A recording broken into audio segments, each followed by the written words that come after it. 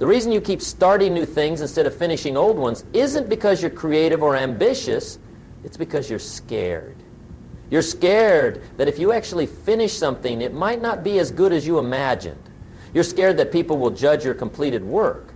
You're scared that finishing will force you to level up and take responsibility for bigger challenges, so you stay safe in the land of almost done, where potential lives but reality never has to show up. But here's the truth. Almost doesn't pay bills, almost doesn't change lives, and almost doesn't count for anything except keeping you exactly where you are. Let me ask you a question that might sting a little. How many projects are sitting in your life right now, half done, gathering dust, waiting for you to come back to them? That book you were going to write, that business you were going to start, that course you're halfway through, that exercise program you began with such fire, that conversation you keep putting off. How does thinking about those unfinished things make you feel? Heavy, right? Disappointed? Good. Hold on to that feeling because it's costing you more than you realize. It's stealing your self-respect, your confidence, your future. We live in a world full of starters. Starting is easy. Starting is exciting. Starting feels like victory because it's packed with promise and possibility. When you start something new, you believe this time will be different. This time you'll follow through. This time you'll cross the finish line. But here's what decades of studying success taught me. The difference between winners and losers isn't intelligence or talent or even opportunity. Winners finish what they start. Losers don't. Now I know what you're thinking. You're thinking, but Jim, I have good reasons for not finishing things. Life got in the way. Things changed. I realized it wasn't what I really wanted. Let me tell you something about reasons. Reasons are just excuses dressed up in nice clothes. And excuses, no matter how you dress them up, don't change your bank account. They don't change your relationships. They don't change your life. I remember when I was young, I had a mentor who told me something that changed my life. He said, Jim, if you want to know what someone's future looks like, don't look at what they start, look at what they finish. Those words hit me like a lightning bolt because I realized I was a serial starter. I was always beginning something new, always full of excitement and plans, but my track record for finishing was terrible. That's when I understood something crucial. Every time you don't finish what you start, you're not just failing at that one thing. You're training yourself to be a quitter. You're teaching your subconscious mind that when things get tough, you give up. When the excitement wears off, you move on to something else. When the work gets hard, you find a reason to stop. And here's the thing about quitting. It's like a muscle. The more you use it, the stronger it gets. Every time you quit something, it becomes easier to quit the next thing. Pretty soon, quitting becomes your default response to difficulty. It becomes who you are. But finishing, that's a muscle too. And the beautiful thing about the finishing muscle is that once you develop it, it serves you in every area of your life. When you become someone who finishes what they start, you become unstoppable. You become the kind of person others can count on. Now, let me tell you why most people don't finish what they start. It's not because they're lazy. It's not because they don't care. It's because they don't understand the psychology of completion. They don't understand that every worthwhile project goes through phases, and the middle phase is designed to separate the winners from the losers. When you start something, you're riding high on enthusiasm. Everything seems possible. You have energy, you have excitement, you have hope, but then reality sets in. The work gets harder. The results come slower than you expected. The excitement fades. You start to wonder if it's worth it. You start looking for the exit. This is what I call the messy middle. It's that phase where the initial excitement is worn off, but you haven't yet reached the satisfaction of completion. It's where most people quit. It's where most dreams go to die. But here's what you need to understand. The messy middle is not a sign that you should quit. It's a sign that you're exactly where you're supposed to be. Every successful person who has ever accomplished anything significant has gone through the messy middle. They've felt like quitting. They've wondered if they were crazy for starting in the first place. They've questioned whether it was worth the effort, but they kept going anyway. Not because they felt like it, but because they had made a decision to finish what they started. You see, your mind is not your friend when it comes to finishing things. Your mind is designed to keep you safe and comfortable. When things get difficult, your mind starts creating stories about why you should quit. It tells you that maybe this wasn't the right project for you. Maybe you should try something else. Maybe you're not cut out for this kind of work. Your mind becomes very creative when it wants you to quit. It will give you perfectly reasonable explanations for why stopping makes sense. It will show you other opportunities that look more appealing. It will remind you of all the reasons why this particular project might not work out. Don't listen to that voice. That voice is not looking out for your best interests. That voice is trying to keep you small. Let me tell you what unfinished projects really cost you. They cost you more than time. They cost you more than money. They cost you your self-respect. Every unfinished project is a promise you made to yourself that you didn't keep. And when you don't keep promises to yourself, you stop trusting yourself. When you stop trusting yourself, you stop believing in your ability to achieve anything significant. Think about it this way. If you had a friend who constantly made promises to you and then broke them, how would you feel about that friend? You'd stop counting on them, wouldn't you? You'd stop believing what they said. You'd stop including them in important plans because you couldn't trust them to follow through. Well, that's exactly what happens when you constantly break promises to yourself. Every time you start something and don't finish it, you're telling yourself that your word doesn't mean anything. You're teaching yourself that your commitments are optional. You are programming yourself to be unreliable, even to yourself. And if you can't count on yourself, who can you count on? But there's an even bigger cost.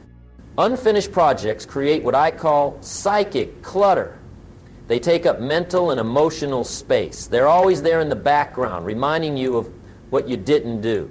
They create a constant low-level stress that affects everything else in your life.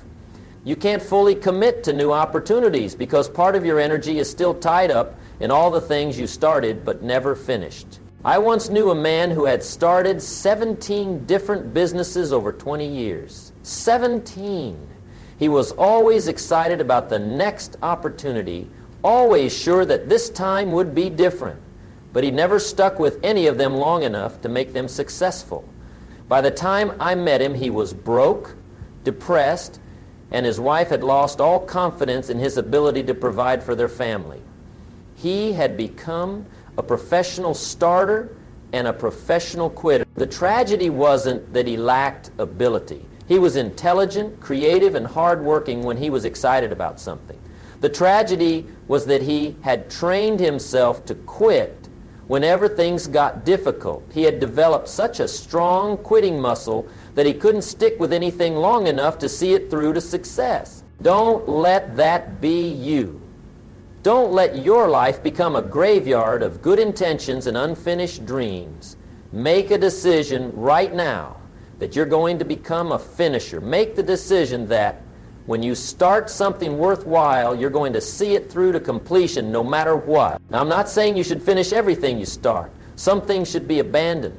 If you start something and realize it's taking you in the wrong direction, it makes sense to stop. If you start something and discover it's not aligned with your values or your goals, it makes sense to change course. I'm talking about finishing the things that matter. The things that will move your life forward.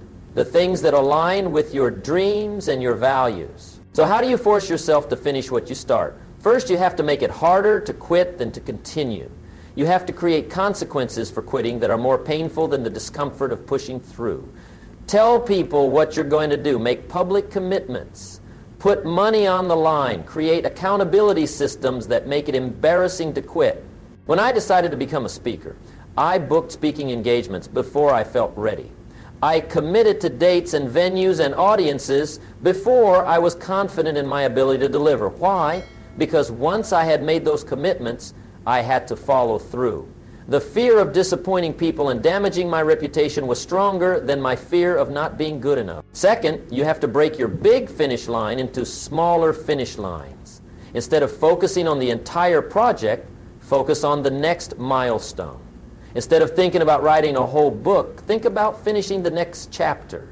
Instead of thinking about losing 50 pounds, think about getting through the next week of healthy eating. Small victories build momentum and confidence. Third, you have to develop what I call finish line vision. You have to keep the end result clearly in your mind. When the work gets hard and you want to quit, you have to remember why you started. You have to visualize how it will feel when you complete what you set out to do. You have to remind yourself of the person you'll become by seeing it through. I want you to think about something. Think about one thing in your life that you finished, even when it was difficult. Maybe it was school. Maybe it was a project at work. Maybe it was training for a race. How did it feel when you completed it? How did it change your opinion of yourself? How did it affect your confidence in tackling other challenges? That feeling you remember, that sense of pride and accomplishment, that's available to you with every project you complete. But you only get that feeling by finishing. You don't get it by starting.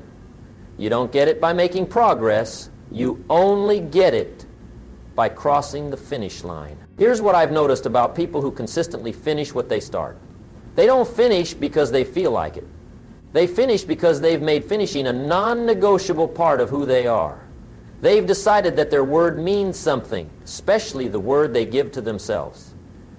They've decided that they're the kind of person who does what they say they're going to do. When you become that kind of person, everything in your life changes. People start to trust you more because you become reliable. Opportunities start to come your way because people know they can count on you to deliver. But most importantly, you start to trust yourself. You start to believe in your ability to achieve whatever you set your mind to. The compound effect of finishing what you start is incredible. Each completed project makes the next one easier. Each kept promise to yourself strengthens your self-confidence. Each finish line you cross expands your belief about what's possible for your life. I remember the first time I finished writing a book. It took me 3 years. 3 years of writing when I didn't feel like it, of working on chapters that seemed boring, of pushing through when I thought the whole thing was terrible. But when I held that finished book in my hands, when I saw my name on the cover, something shifted inside me. I realized that I was capable of completing something significant. I realized that I could be trusted to follow through on my commitments to myself. That one completed book changed my entire relationship with goal setting. From that point on, when I set a goal, I knew I would achieve it, not because it would be easy, but because I had proven to myself that I was a finisher. I had developed the muscle of completion. You can develop that same muscle, but you have to start now. You have to pick one thing that you've started but haven't finished, and you have to commit to seeing it through. It doesn't have to be the biggest thing or the most important thing. It just has to be something that matters to you. Maybe it's that online course you're halfway through. Maybe it's that home improvement project that's been sitting unfinished for months. Maybe it's that conversation you need to have with someone important in your life. Whatever it is, make a commitment right now to finish it. And when you finish that one thing, notice how it feels. Notice how it changes your confidence. Notice how it affects your relationship with yourself. Then use that momentum to tackle the next unfinished project and the next one after that. Before you know it, you'll have transformed from someone who starts things into someone who finishes them. You'll have become the kind of person others can count on, and more importantly, the kind of person you can count on. Your life is not going to change because of what you start. Your life is going to change because of what you finish. So stop making excuses. Stop looking for the perfect project or the perfect time. Take something you've already started, something that's been sitting there waiting for you to come back to it, and finish it. Force yourself to finish what you start. Your future self is counting on you. The person you're meant to become is waiting on the other side of that finish line. Don't let them down. Don't let yourself down. Become a finisher and watch how everything in your life begins to change. The choice is yours. You can continue to be someone who starts things, or you can become someone who finishes them, but you can't be both. Choose wisely. Your entire future depends on it. Let me share with you what happens when you truly commit to becoming a finisher. I've watched people transform their entire lives simply by changing this one habit. I've seen people go from struggling and frustrated to successful and fulfilled. And the only thing that changed was their relationship with completion. There's a man I know who used to be known in his family as the guy who never followed through. His garage was full of half-finished projects. His computer was full of half-written business plans. His bookshelf was full of books he started but never finished reading. His family had learned not to take his commitment seriously because they knew he probably wouldn't follow through. But something happened that changed everything. His daughter came home from school one day crying because she had quit the soccer team. When he asked her why, she said, "Because it got too hard, and besides, our family doesn't finish things anyway." Those words hit him like a punch in the stomach. He realized that his pattern of not finishing things wasn't just affecting him. It was teaching his children that quitting was normal, that giving up was acceptable, that their word didn't mean anything. That day he made a decision that changed his family's legacy. He decided to become a finisher, not just for himself, but for his children. He started with something small. He had been working on building a treehouse for his kids for over 2 years. Every weekend he would work on it a little, but he never seemed to make real progress. That weekend he worked on it all day Saturday and all day Sunday until it was completely finished. When his daughter saw that finished treehouse, something changed in her eyes. She saw that her father was capable of completing what he started. More importantly, she learned that their family could finish things. She went back to soccer the next week and played the entire season. Today, 15 years later, she's a successful attorney who's known for her ability to see cases through to completion. That's the power of finishing what you start. It doesn't just change you, it changes everyone around you. It changes your family culture. It changes what people expect from you. It changes what you expect from yourself. Now, I want to talk to you about something that might surprise you. The hardest part of finishing isn't usually the work itself. The hardest part is dealing with what I call completion anxiety. As you get closer to finishing something important, you might start to feel nervous, even scared. Why? Because completing something means you'll be held accountable for the result. When something is unfinished, it exists in the realm of potential. It could be great. It could change your life. It could be the answer to all your problems. But when you finish it, it becomes real. It gets judged. It either works or it doesn't. It's either good or it's not. And that can be terrifying. Many people unconsciously sabotage themselves right before completion because they're afraid of what will happen when their work is actually done. They're afraid it won't be good enough. They're afraid people will judge them. They're afraid they'll have to step up to a new level of responsibility. I've seen writers who spend years almost finishing their books. I've seen entrepreneurs who spend years almost launching their businesses. I've seen people who spend years almost having important conversations with people they love. They stay in the safe space of almost because almost can't be judged. But here's what you need to understand. Almost doesn't pay the bills. Almost doesn't change your life. Almost doesn't create the impact you want to have in the world. Almost is just another word for not yet, and not yet can last forever if you let it. You have to be willing to finish things imperfectly. You have to be willing to complete projects that aren't quite as good as you hoped they would be. You have to be willing to let your work be judged, because that's the only way you'll ever improve. That's the only way you'll ever make a real impact. I learned this lesson the hard way when I was developing my speaking career. I spent months preparing what I thought would be the perfect speech. I researched every word, practiced every gesture, anticipated every possible question. But I kept finding reasons to delay actually giving the speech. I told myself I needed just a little more preparation, just a little more polish. Finally, my mentor forced me to book a speaking engagement before I felt ready. The speech wasn't perfect. I stumbled over a few words. I forgot one of my stories. But you know what? It was finished. It was real. It was out in the world, making an impact. And because it was finished, I could learn from it and make the next one better. That imperfect speech led to another opportunity, which led to another, which eventually led to the speaking career that changed my life. None of that would have happened if I had stayed in the safe space of almost ready. Here's another truth about finishing that nobody talks about. When you finish something significant, you don't just complete a project. You complete a version of yourself. You literally become a different person than you were when you started. The person who finishes a marathon is not the same person who started training months earlier.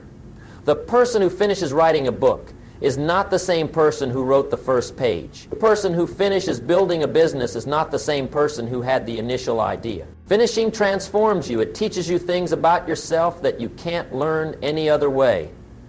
It shows you that you're capable of more than you thought. It proves that you can keep going when things get difficult. It demonstrates that your word means something, especially to yourself. But transformation only happens at the finish line. It doesn't happen when you start. It doesn't happen in the middle. It happens when you push through the final obstacles and complete what you set out to do. That's where the magic happens. That's where you discover who you really are. I want you to think about the projects in your life right now that are sitting at 90% complete. You know the ones I'm talking about, the ones where you've done most of the work but haven't crossed the finish line. Those projects are costing you more than you realize. They're not just taking up space in your garage or on your computer. They're taking up space in your mind and your heart. Every unfinished project is like a computer program running in the background, using up mental energy and emotional resources.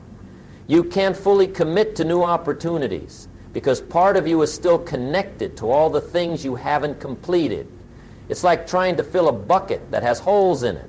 No matter how much you pour in, it never gets full. But when you finish those projects, when you finally complete what you started, something amazing happens. You free up all that mental and emotional energy.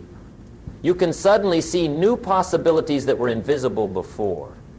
You can commit fully to new opportunities because you're not carrying the weight of unfinished business. The most successful people I know have very few unfinished projects. They either complete things or they consciously decide to abandon them.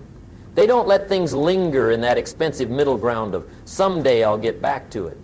They understand that unfinished projects are luxury they can't afford. So here's what I want you to do right now. Make a list of everything in your life that you started but haven't finished. Be honest. Include everything from the big projects to the small ones.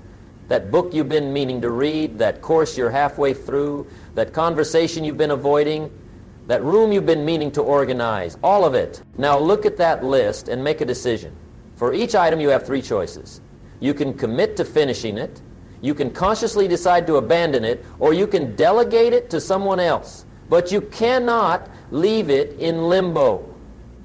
You cannot let it continue to drain your energy and undermine your confidence. Choose three things from that list that are most important to your future. Commit to finishing those three things in the next 90 days. Not someday, not when you feel like it, in the next 90 days. Mark the dates on your calendar. Tell someone who will hold you accountable. Make it real. And when you finish those three things, notice how it feels. Notice how it changes your energy. Notice how it affects your confidence in tackling other challenges. Then use that momentum to tackle three more items from your list. Before you know it, you'll have transformed from someone who accumulates unfinished projects into someone who consistently completes what they start. You'll have become the kind of person who can be trusted with bigger opportunities because you've proven you can handle the smaller ones.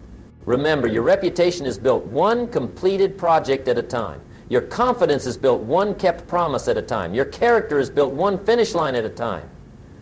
And your future is created by your willingness to complete what you start today. Stop waiting for the perfect time. Stop looking for the perfect project. Stop making excuses for why you haven't finished what you've already started. The world doesn't need another starter. The world needs finishers. Be a finisher. Your life depends on it.